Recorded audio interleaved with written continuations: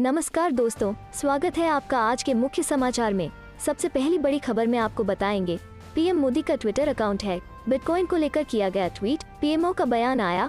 इसी के साथ दूसरी बड़ी खबर में जिक्र होगा कि सीएम शिवराज को काले झंडे दिखाने पर अड़ गया भाजपा नेता, जानिए नाराजगी की वजह। तीसरी बड़ी खबर में आपको बताएंगे कि जयपुर में महंगाई हटाओ रैली को संबोधित कर रही हैं प्रियंका गांधी।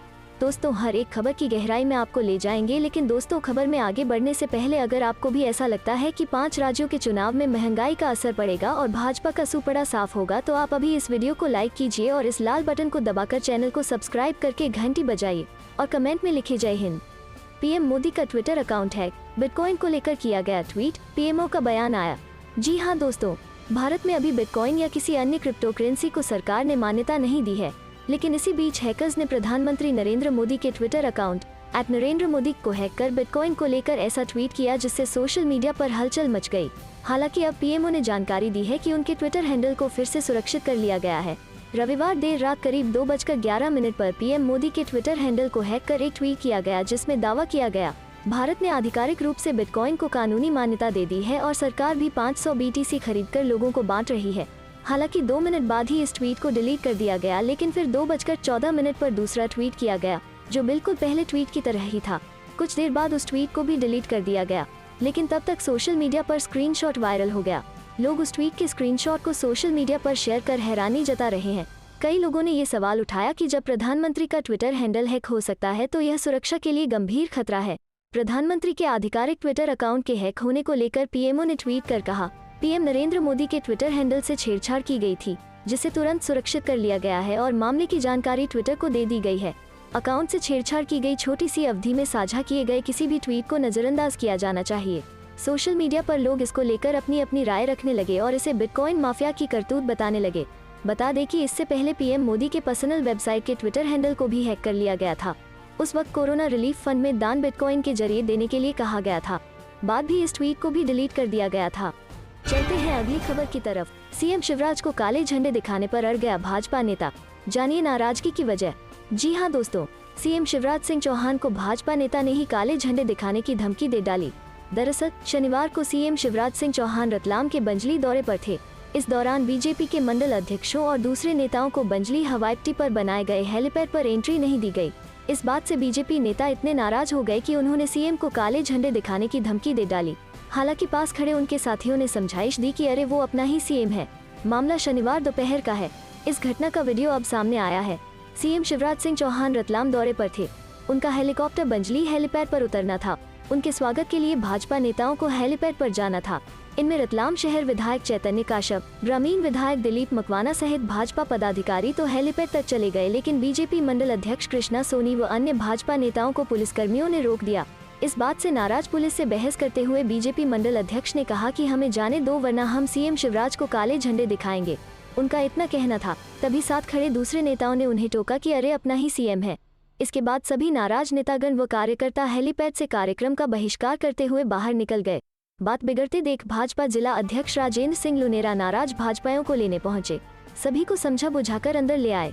चलते हैं अगली खबर की तरफ। जयपुर में महंगाई हटाओ रैली को संबोधित कर रही हैं प्रियंका गांधी। जी हाँ दोस्तों, राजस्थान के जयपुर के विद्याधर स्टेडियम में कांग्रेस की आज महंगाई हटाओ रैली हो रही है। रैली को कांग्रेस महासचिव प्रियंका गांधी संबोधित कर रही हैं। प्रियंका गांधी ने कहा, उत्तर प्रदेश सरकार हजारों करोड़ रुपए विज्ञापन में खर्च कर रही है, लेकिन वही सरकार किसानों को खाद नहीं दिला पा रही। मैं ऐसे परिवारों से मिलकर आई हूँ जिसके मुखिया ने खाद लेने के लिए लाइन में खड़े खड़े दम तोड़ दिया। जयपुर में महंगाई हटाओ रैली को संबोधित करने के लिए कांग्रेस महासचिव प्रियंका गांधी पहुंच गई है। थोड़ी देर में मंच पर सोनिया, राहुल गांधी भी पहुंचेंगे। बड़ी तादाद में लोग रैली में पहुंचे हैं। चलते हैं अगली खबर की तरफ। हर साल लगेगा किसानों का मेला, महापंचायत भी रहेगी जारी। आंदोलन खत्म होने पर बोले राकेश टिकैत। जी हाँ दोस्तों, भारतीय किसान यूनियन के नेता राकेश टिकैत ने कहा है कि महापंचायत का आयोजन समय समय पर होता रहेगा। 3 कृषि कानूनों के खिलाफ किसानों के आंदोलन का सफलतापूर्वक संचालन करने के बाद टिकैत ने यह बात कही। उन्होंने हर साल 10 दिन का किसान आंदोलन मेला आयोजित करने की भी कही। टिकैत ने उन्होंने कहा कि हर साल 10 दिन का किसान आंदोलन मेला आयोजित किया जाएगा। वहीं किसानों के मुद्दे पर बात करने के लिए समय समय पर महापंचायत भी होगी। टिकैत ने इस दौरान आंदोलन के दौरान सरकार पर दबाव बनाने के लिए मीडिया की भूमिका की भी तारीफ की। गौरतलब है कि आंदोलन के सफलतापूर्वक खत्म होने के बाद किसान दिल्ली बॉर्डर से अपने घर पहुंचने लगे हैं। बड़ी संख्या में किसान धरनास्थल को खाली कर चुके हैं। अब किसान 15 जनवरी को एक समीक्षा बैठक करेंगे। संयुक्त किसान मोर्चा ने अपने बयान में कहा कि अगर सरकार अपने वादों को पूरा नहीं करती है तो हम अपना आंदोलन फिर से शुरू करेंगे। इससे पहले 19 नवंबर को प्रधानमंत्री नरेंद्र मोदी ने इस बात की घोषणा की थी कि सरकार 3 कृषि कानूनों को वापस ले लेगी। इसके बाद 29 नवंबर को शीतकालीन सत्र के पहले दिन संसद के दोनों सदनों में प्रक्रिया पूरी करने के बाद इन कानूनों को वापस ले लिया गया। हालांकि किसानों ने इसके बाद भी आंदोलन खत्म करने से इनकार कर दिया था। उनकी मांग थी कि किसान एमएसपी को लेकर कानूनी गारंटी दे, साथ ही किसानों पर लगाए गए मुकदमों को वापस ले।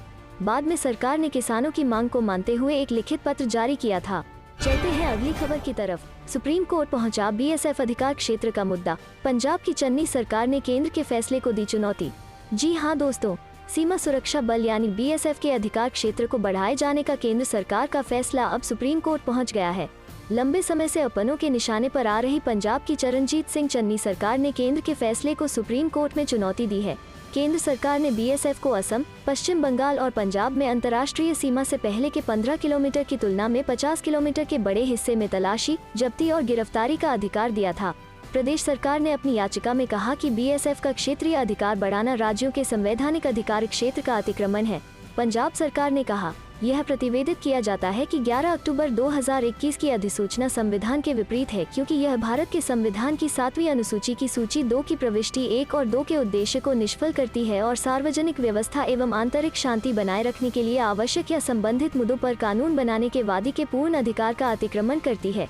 केंद्रीय गृह मंत्रालय ने इस संदर्भ में 11 अक्टूबर को एक अधिसूचना जारी की थी, जिसमें जुलाई 2014 के प्रावधान में संशोधन किया गया था।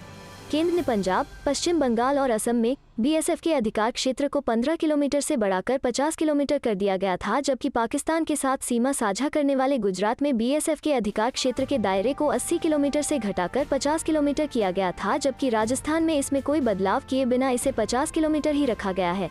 इस मुद्दे को लेकर विवाद खड़ा हो गया, क्योंकि विपक्ष शासित पंजाब और पश्चिम बंगाल ने इस कदम की निंदा की और संबंधित राज्य विधानसभाओं ने केंद्र सरकार के इस फैसले के खिलाफ प्रस्ताव पेश किया। चलते हैं अगली खबर की तरफ। बसपा विधायक विनय तिवारी व भाजपा विधायक जय चौबे सहित बड़े नेता सपा में शामिल। अखिलेश बोले जीत पक्की।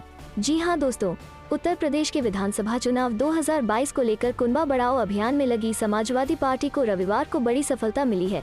समाजवादी पार्टी के अध्यक्ष अखिलेश यादव ने 2 विधायक तथा एक पूर्व सांसद सहित 1 दर्जन नामचीन हस्तियों को अपनी पार्टी में शामिल कराया। समाजवादी पार्टी के राज्य मुख्यालय में रविवार को पूर्वांचल के बड़े ब्राह्मण कुनबे के साथ गोरखपुर के बड़े परिवार ने समाजवादी पार्टी की सदस्यता ली। इस अवसर पर अखिलेश यादव काफी प्रसन्न थे। उन्होंने कहा कि आज के दिन हमारी पार्टी में महत्वपूर्ण नेताओं की ज्वाइनिंग हुई है। उन्होंने कहा कि यह बहुत खुशी की बात है कि पंडित हरिशंकर तिवारी का परिवार समाजवादी पार्टी से जुड़ा है। पंडित हरिशंकर तिवारी हमारे साथ नेताजी के साथ काफी लंबे समय से जुड़े हैं। अब तो समाजवादी पार्टी का परिवार अब काफी बड़ा होता जा रहा है। अखिलेश यादव ने कहा कि आज बड़ी संख्या में लोग सपा में शामिल हुए हैं। सपा में शामिल लोगों का स्वागत करता हूं। आज एक बड़ा परिवार सपा का साथ जुड़ गया है। अब सपा का कोई मुकाबला नहीं कर पाएगा।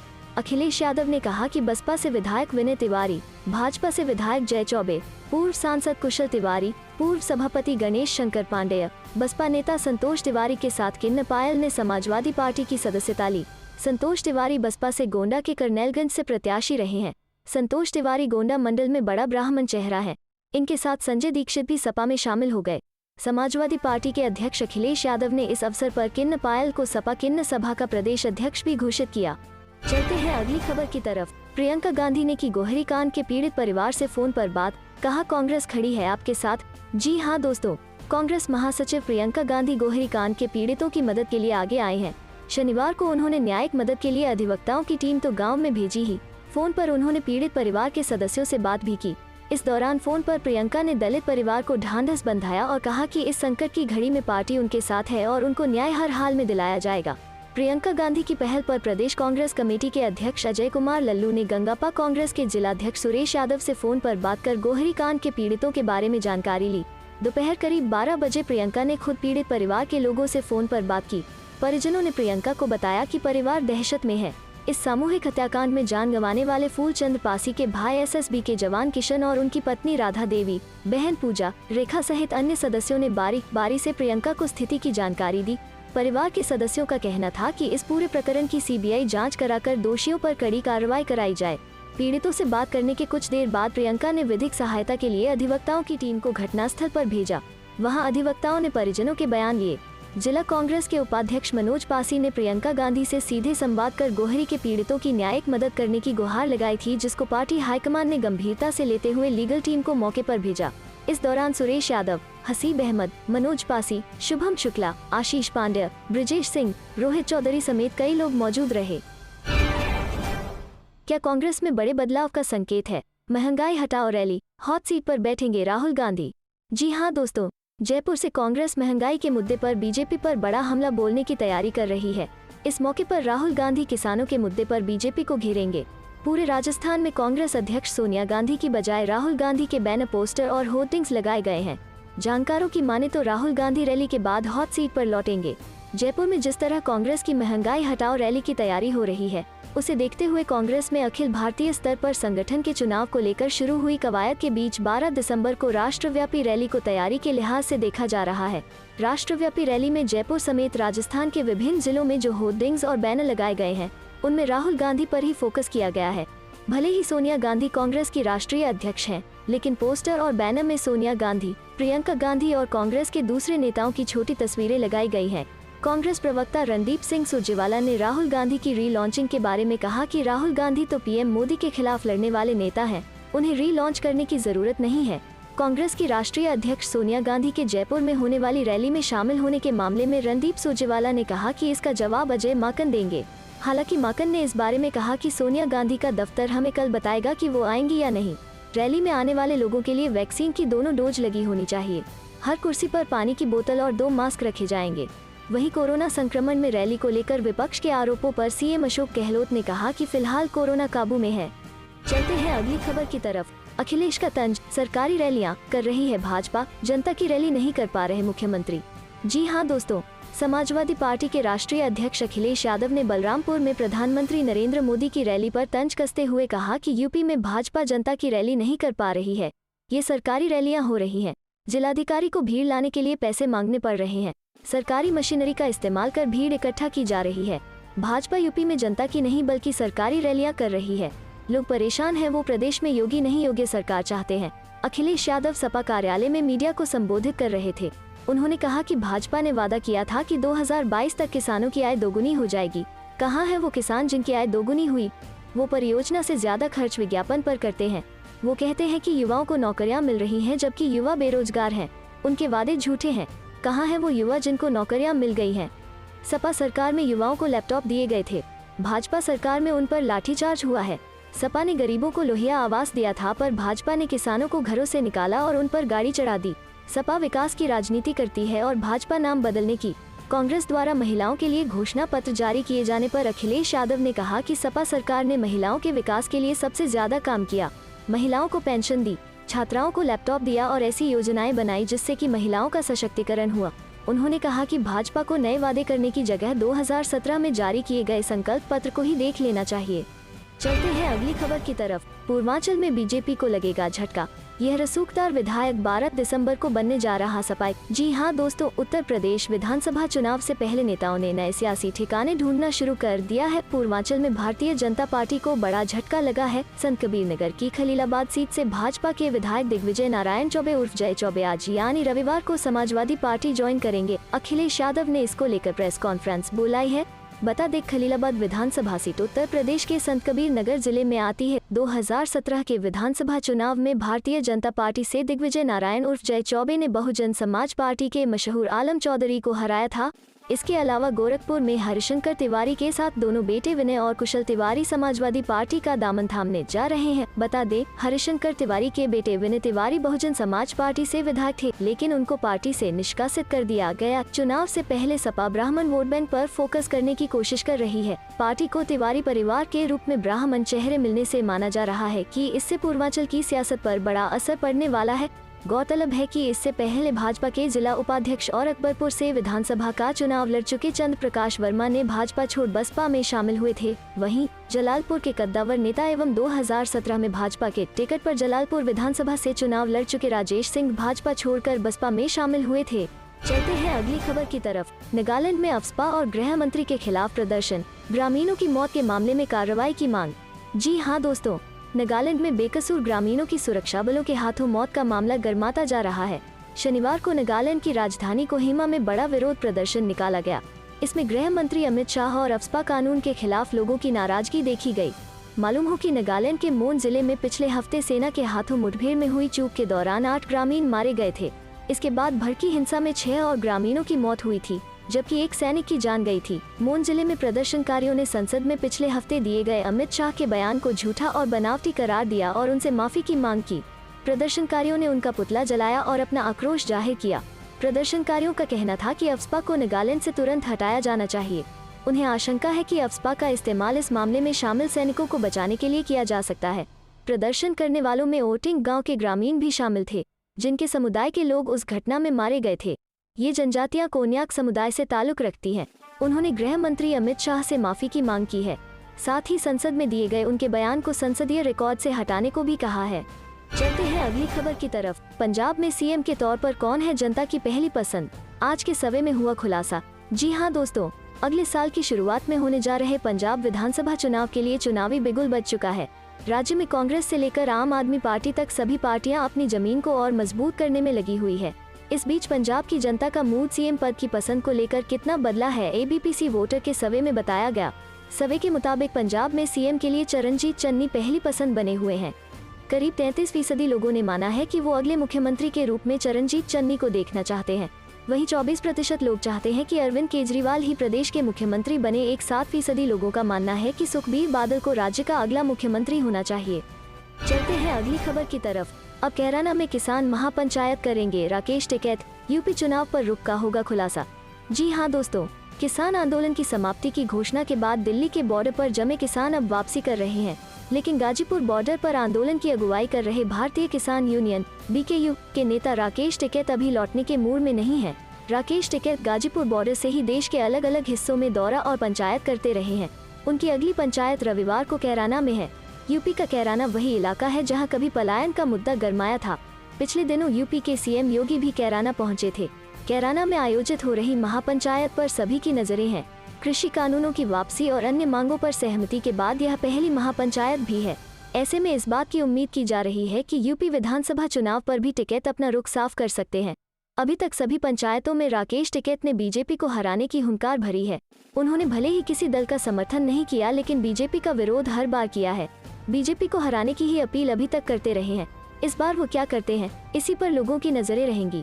शनिवार को टिकैत ने किसानों से कैराना आने की अपील भी की। उन्होंने कहा कि कल कैराना बाईपास पानीपत रोड कैराना में आयोजित किसान महापंचायत में उपस्थित रहूंगा। आप सभी अपनी अपनी उपस्थिति सुनिश्चित करें। इससे पहले राकेश टिकैत ने बताया कि किसान अपने अपने घर जा रहे हैं, लेकिन हम 15 दिसंबर को घर जाएंगे क्योंकि देश में हजारों धरने चल रहे हैं। हम पहले उन्हें समाप्त करवाएंगे और उन्हें घर वापस भेजेंगे। उन्होंने कहा कि किसानों का एक बड़ा समूह रविवार सुबह 8 बजे क्षेत्र खाली कर देगा।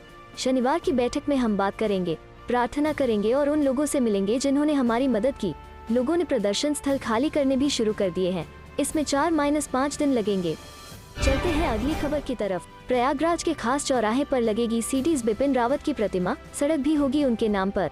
जी हाँ दोस्तों, तमिलनाडु के कुन्नूर में 8 दिसंबर को सेना के हेलीकॉप्टर क्रैश में मारे गए देश के पहले सीडीएस जनरल बिपिन रावत के नाम पर प्रयागराज की एक सड़क का नामकरण किया जाएगा। इसके साथ ही साथ शहर के किसी प्रमुख चौराहे पर उनकी प्रतिमा भी स्थापित की जाएगी। यह प्रस्ताव आज नगर निगम के सदन में कांग्रेस पार्षद और नेता सदन मुकुंद तिवारी की ओर से रखा गया। महापौर अभिलाषा गुप्ता नंदी की अध्यक्षता में मिनी सदन में मौजूद सभी दलों के पार्षदों ने सहमति जताते हुए प्रस्ताव को सर्वसम्मति से पारित कराया।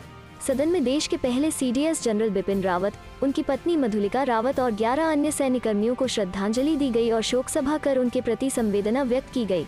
इस मौके पर नगर निगम के मिनी सदन में देश के पहले सीडीएस जनरल बिपिन रावत के देश और भारतीय सेना में दिए गए योगदान को याद किया गया। जनरल बिपिन रावत के नेतृत्व में पाकिस्तान के खिलाफ सर्जिकल स्ट्राइक और गलवान घाटी में चीन के साथ तनाव के समय भारतीय सेना का मनोबल बढ़ाने और चीन को मुंहतोड़ जवाब देने के लिए भी उन्हें सदन ने याद किया। बता दें कि थल सेना अध्यक्ष के रूप में प्रयागराज से सीडीएस बिपिन रावत का गहरा नाता रहा था। प्रयागराज में 2019 में वे यहां पर तत्कालीन रक्षा मंत्री निर्मला सीतारमण के साथ आए थे। उनके प्रयासों से ही वर्षों से बंद किले के अक्षय वट के दर्शनों का लाभ आम जनता को मिल रहा है। खास बात यह रही कि कांग्रेस पार्षद की ओर से लाए गए इस प्रस्ताव का सभी दलों के पार्षदों ने स्वागत किया है। बीजेपी के पार्षद पवन श्रीवास्तव ने कहा है कि जनरल बिपिन रावत के नाम से सड़क का नामकरण किए जाने और उनकी प्रतिमा स्थापित किए जाने से आने वाली युवा पीढ़ी को जहां उनके बारे में जानने समझने का मौका मिलेगा, वहीं उन्हें उनसे युवा पीढ़ी को प्रेरणा भी मिलेगी। उन्होंने कहा है कि जल्द ही सदन में लाए गए प्रस्ताव पर विचार कर उसे अमल में लाया जाएगा।